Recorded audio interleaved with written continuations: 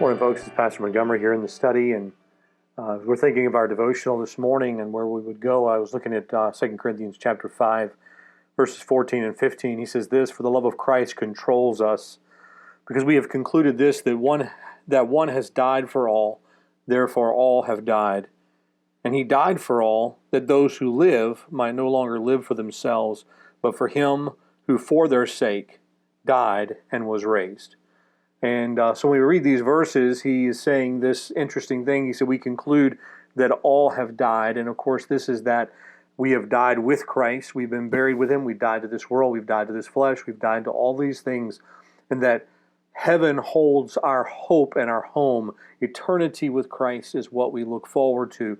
And we hold loosely the things of this world because we have died to Christ. And if that be the case, if we have all died with Christ, we have been raised to live. And as Romans would say, we've been raised to walk in a new life or a newness of life. And here in 2 Corinthians 2, he says, we have been raised, and I'll read it for you, those that are alive might no longer live for themselves.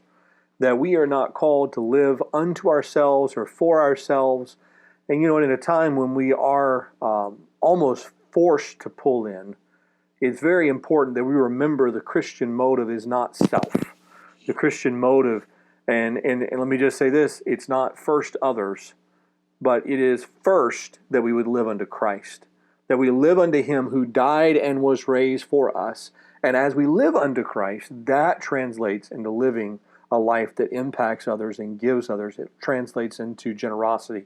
It translates into service. It translates into giving a cup of water in his name, because we no longer live unto ourselves. And so even in a time when we are told to isolate, and rightly so, and we're told to protect, we are doing that because we do love our brothers, because we do want to bring glory to God, not in a sense of just self-protection, but in others' protection as well. And we labor with still the Christian focus in mind that we live unto Christ.